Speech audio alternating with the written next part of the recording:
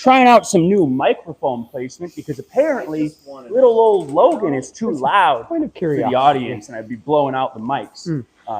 So if you can't hear me and the audio is horrible, let me know. Otherwise, I can't fix it. But we're going to try this out, see how she does. Your boy There's also moments forgot when the you can tripod, hear the so brain it's all thinking. handy cam today. And nothing. So we're going to see. It's literally in there, but I already started the live and realized why it felt weird. So let's see what we've got going on. I do believe that the manifolds have bin fixed. There is... Dan is good at following directions. It's from the smoke machine. Got it. Yeah. Smoke testing it, as you can see. So new manifolds in. Obviously, like you guys know, we smoke test any exhaust manifold that goes on. It's one of the biggest things we see cause delays as far as tuning goes, drivability concerns, stuff like that, is exhaust leaks causing a false lean condition. So already had a leak. It got repaired. We just tested it. I don't know off the top of my head because I just came off. Yeah, but also with the 10 rep setup, you can get a larger crank pulley. But we're going to find out on that one. Yeah, so you can see what else we got. We got some Rockford Fosgates, baby. Big old amps. Hello. Sexy little things. This one is a all of it with a beautiful brand spanking refresh Joker's blower on this son of a gun with a 2.7. So powder coated lid. If you guys want, if you're doing like a level 3 or something where we port the blower on your Hellcat powered vehicle, or even if you just want to do it on your stock Hellcat powered vehicle, whatever you want, I'm not going to judge you. We can get your lids powder coated, whether it's Kong Jokers, they both offer it. So it's a nice little, whoever you want to go with, whoever floats your boat, they got something for you. What's this? Woo! Clutch pulley, baby, full effect with the green belt. Green belt season. It's green belt season, folks. It's green belt season, folks. I took an IQ test before starting this this vlog, and it didn't turn out good. But, we were waiting on, I believe we're waiting on head gaskets for this beautiful behemoth. I can't see. Little head gasket Reno. I showed you that moment. You know what? Oh, I know. I saw that. Yeah. Another peek. It's $30 a month to keep the subscription. Sometimes I go home and I fall asleep and I wake up and I was dreaming about stuff like that. That's how they get you. I mean, I got it. what if they're Soon. This one, the beautiful WK1. I know you guys saw that silver one. We actually got two. Look at that. And what if you guys saw that silver one a couple lives ago. That was just absolutely gorgeous. Maybe it's reversed. This one is right up there with it. We got to think about it. Like it's an IQ website. He takes Wouldn't very you want good people care to of it. visit more? If I go in and say I'm a genius already, I don't want to go back since to we it. didn't have the motor out. Yeah. We found some things, bushing, stuff like that. We're taking care of it. You know what I mean? So, kind of like the silver one. Right. It's really nice when you can see someone loves a vehicle this much, and this gentleman certainly does. Oh. So, built motor in this son of a gun. I want to say it's a. I want to say it's a 411 or a 407. I cannot remember, but it's one of those. So we got two vented race catch cans with a nice little molded hose going straight from the valve cover. Whoop, look at that. This is sexy. This is Arturo's work. And I just got to give props to my boy. I got to give him his flowers. He made this look so good with how these are ran. Golly. So. Okay, the idea was like to just be weird and wheel me in on a fucking This is an 08, folks. Not sit for a whole Recession hour era. Do you guys think we're going to go back into another recession? What kind of cars are you going to buy when people liquidate their collections? And then just based on personality, he just really didn't talk. I think I'm going to try and scoop me a nice B-Series Del Sol. Stuck with some people. That's the That is what we got up here. Not too much out in the shop this week, folks. It's more. It's not like it's not a first full week back after the break, so a little bit of catching up to do. I've been doing a lot of street tuning. Obviously, it's been kind of wet. If you guys are up here in this area, so you know. We don't street tune when it's wet out, but these little dry patches we've been able to really get into it and take advantage of the dryness. But as you see, wet.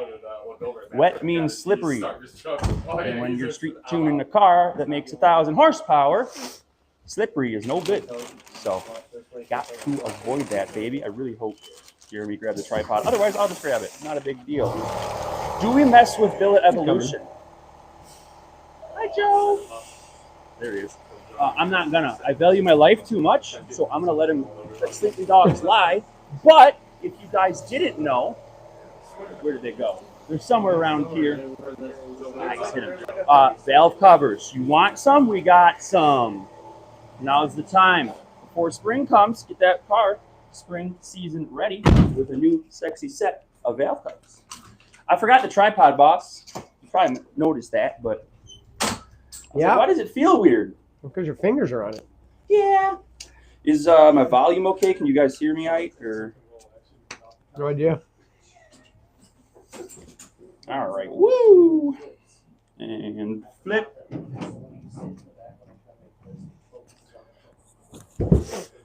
Gang, gang, gang, gang. What's going on, everybody? Well, I don't think I'm turned on. You might not be, folks. Let's try it now. It's probably going to come in now. So. Did you guys know that the Alamo was a thing? Do you still remember the Alamo? I bet there are a couple of you that haven't even thought about the Alamo once this year. I'm just filling.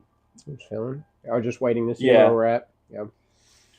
That's pretty good. Related it. That's not bad. See, I'm going to tilt it down. Yep. There we go. Did I go a little too far? I think it's good. No, we're on the money. Yeah, because we're both slouching. So yeah. Look how good this paneling looks, folks. Looks so much better. Look at this. Look at this. We're gonna. We should do like a double-decker couch. What does that even mean? Well, it's a couch on top of a couch. That way, like if we got 4 friends, but 4 more friends want to come, you can put the 4 more friends on top. So like a bunk bed, but couches? Or you could just get a bunk bed. It's probably cheaper. I was gonna say probably. Who's got a bunk bed for sale? We'll just make one. Yeah. Just make it out of car chassis. I'm gonna go get my could you should use. Car chassis? What kind of car could we make it out of? A Honda Civic that's green and rusty. Woo! That's a good car. Yeah. Sorry. Here he comes. And we're back. Put a fart can on my Civic, folks. I did it. Sorry. I have could you should use. Perfect. Before we get into that, do you have any wonderful, spectacular things to announce, discuss, talk about, or do you want to get right into it? I don't know. I don't think I do. A lot of us aren't going to be here next week. Yes. So I don't know if we're going to have a live next week. No. So we're going to make that determining factor next week and see. I still got coffee, folks. Oh, yeah, you probably don't want to. Yeah, you should be careful there. Yeah, don't ever listen to this in public, probably. Probably safe bet. Yeah. Or at least keep it on a headset. It's fine, but like bets are off. Yeah, I would agree with that statement. Probably not the safest. We should do like an uncensored live stream on Kick. You can literally say anything. We should, yeah. Or a podcast. Would you guys listen to a podcast? Like not like a visual format thing, literally just putting your ear in here? I'd listen to it.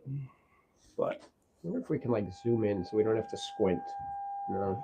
I'll figure it out. Whatever. Get another guys, monitor. We're learning. This is new. We could put it up there. We could put it up there and watch it, but I don't think you see that. Anyways, that's fine. Who cares? Yeah.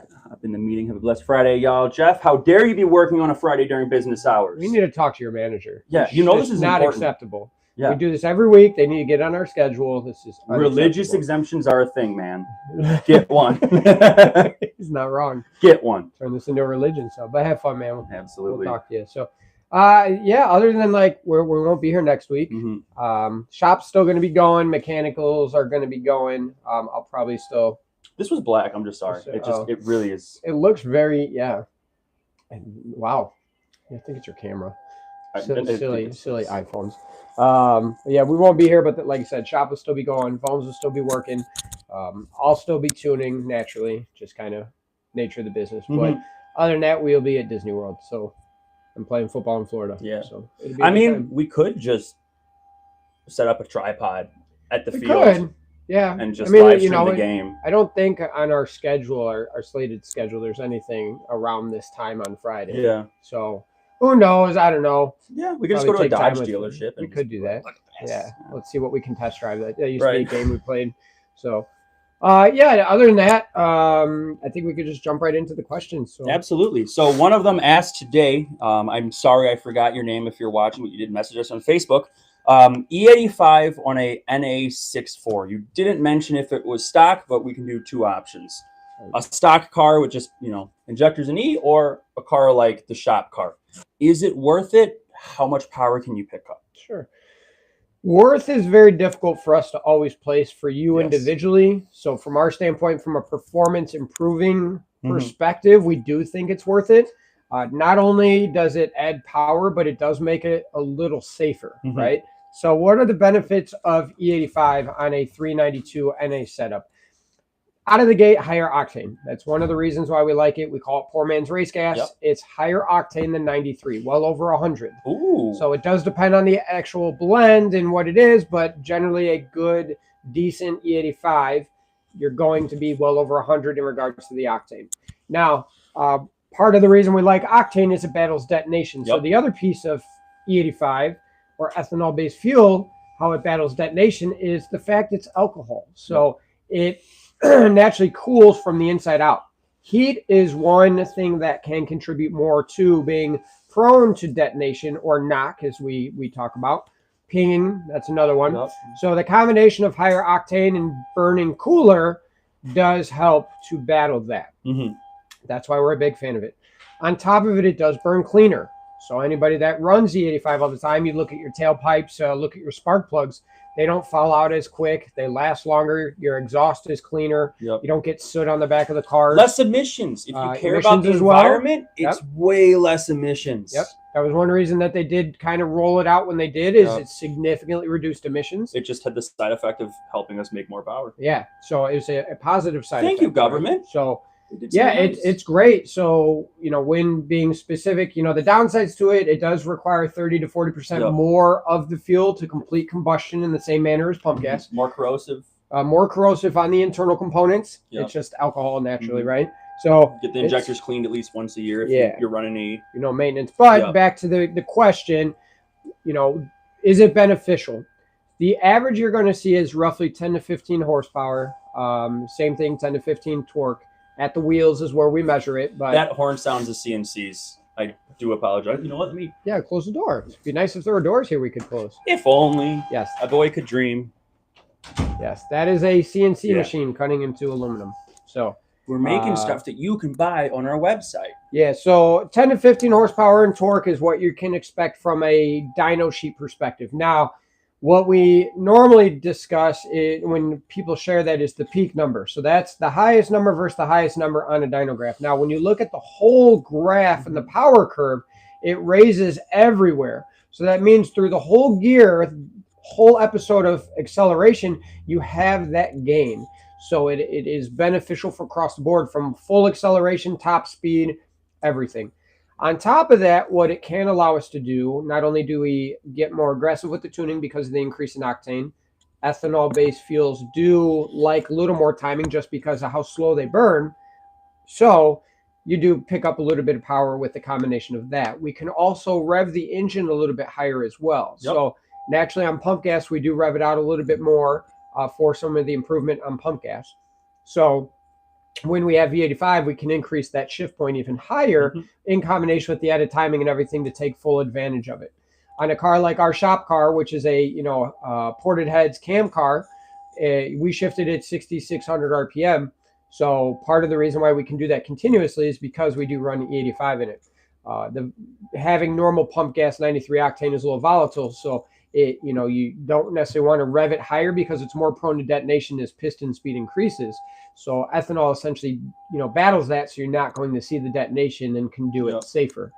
So but the also thing we have to understand is when we talk about the gains, it's 10 to 15 wheel horsepower over a pump gas tune, which nets you 10 to 15 horsepower. So if you're talking a bone stock vehicle to a vehicle you're getting tuned in E85 in the same movement, you can see 20 to 30 horsepower increase from a bone stock vehicle. That's not bad. That's significant when you look at it that way. And part of the reason why we say the gains we do is because people talk to us about getting a tune where we advertise the gains of 10 to 15, and then you advertise the gains of V85 being another 10 to 15. So the reality is from a bone stock vehicle, being tuned on E85, you could see upwards of a 30 horsepower and 30 foot-pounds of torque increase, which is significant, especially with the transmission tuning that gets paired with it. Yeah, you'll notice that. Yeah, so we've had bone stock 392 cars run bottom 11s. 11.0, I think, was the kind of full weight type setup. Yeah, they had the back seats out, but it wasn't tin can like ours.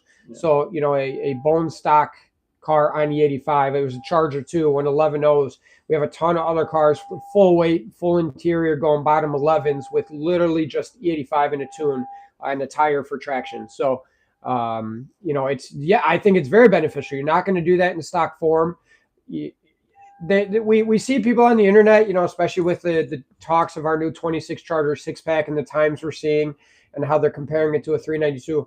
Guys, there's always going to be that glory past that one or two people out there when the DA's minus 2,000 and they just happen to hook and they run this glorious time. All the stars align and everything. Yeah, we advertise what you're going to see on the street. What you're going to see if I were, in a normal day, spring, summer, even fall, drive to the racetrack and what you race. You can go out regardless of when it is and still crack that goal off. Right. So, yeah, the fact is, when we compare times or a performance ability, a stock 392 generally runs mid to high 12s, better DA with maybe a tire bone stock. You can get low 12s. Now you get to sea level, you might see a high 11 just barely. So like I said, an E85 in a normal day drops it down into a sub 1150 car all day long. It doesn't matter Charger or Challenger. Naturally, the Challenger is going to be a little lighter, so it has that advantage there just by weight. But yeah, to me, it's very significant in regards to benefits from performance, reliability, capability, and I honestly prefer the smell of it over pump gas.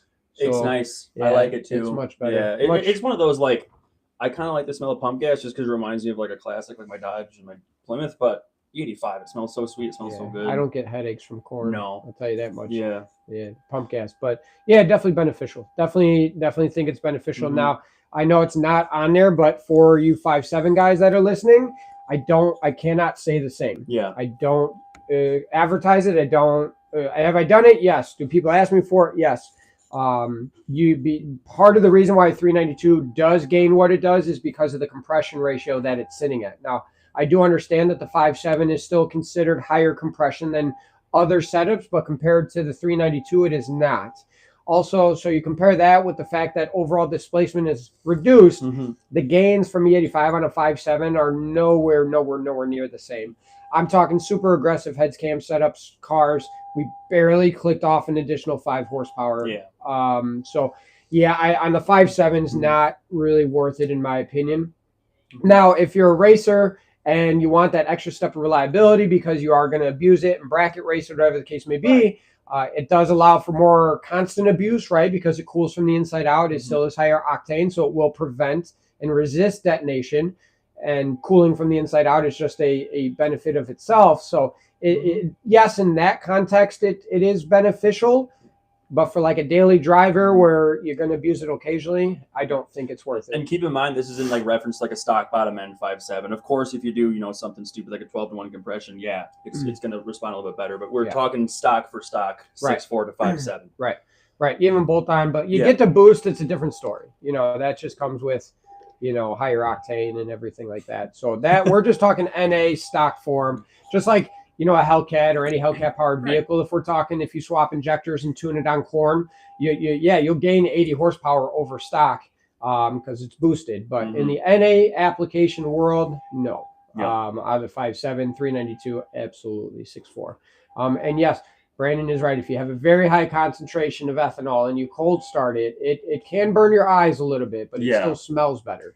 So the fact your eyes and skin are melting off your face is okay because it's good for the environment. Yeah, it's good for the environment. Somehow, some way when it has that effect. Guiding a car out of a trailer, I'm like, oh yeah, no, it's bad. The shop car was horrible, just because bumper exits. Yeah, that one was. Yeah, that was right up there. Yeah, I was backing it up blind. Yeah, I was really hoping. Yep. Very accurate, But next question. Oh, you took your mic off to try. I put it here, folks. We're seeing because some people said I'm too loud, but my name's too low, so I don't get it.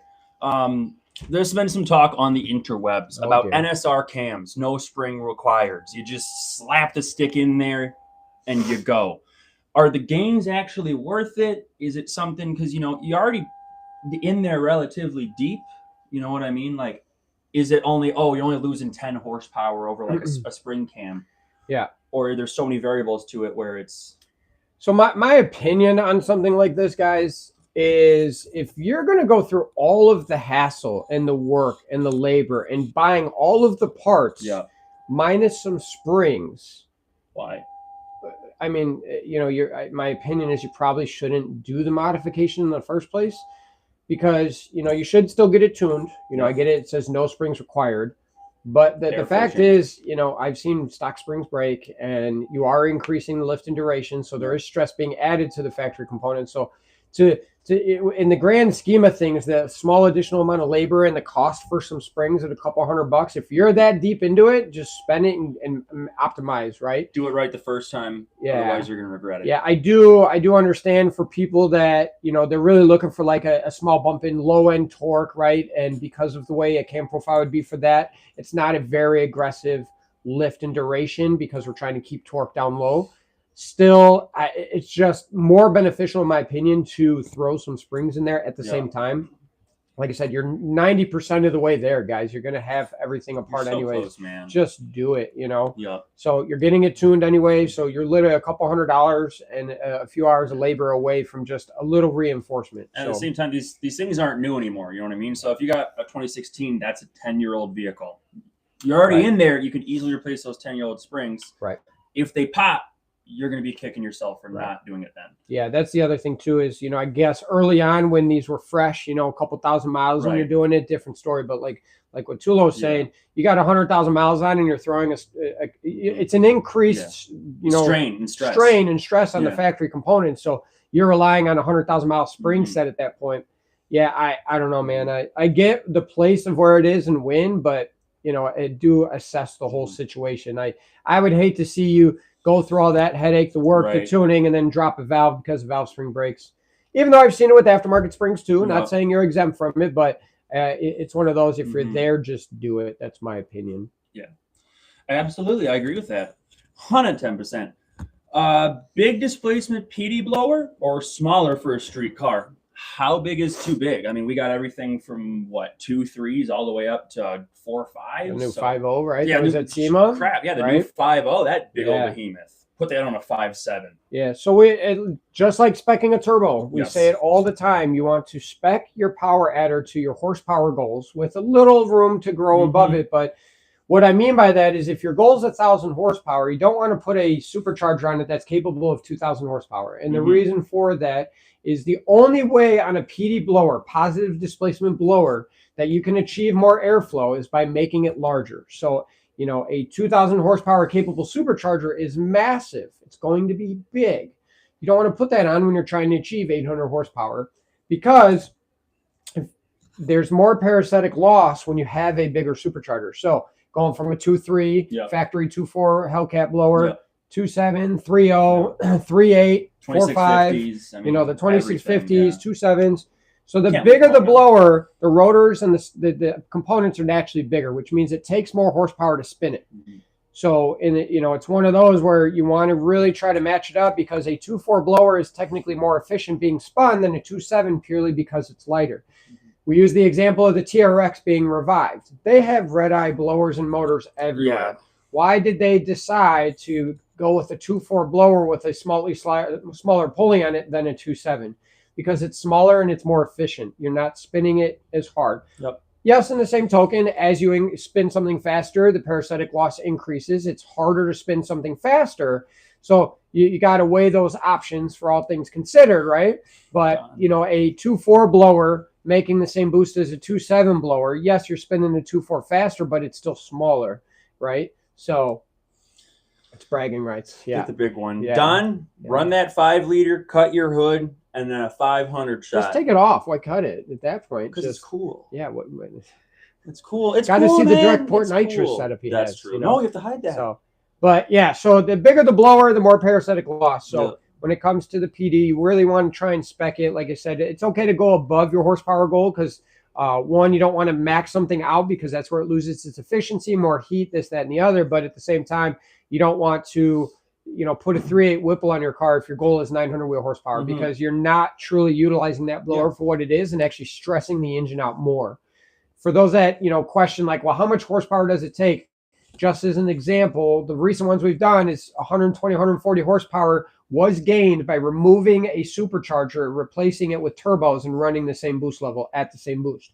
So, it just shows you that, we'll even round it down and say that it takes easily 100 horsepower to spin a supercharger.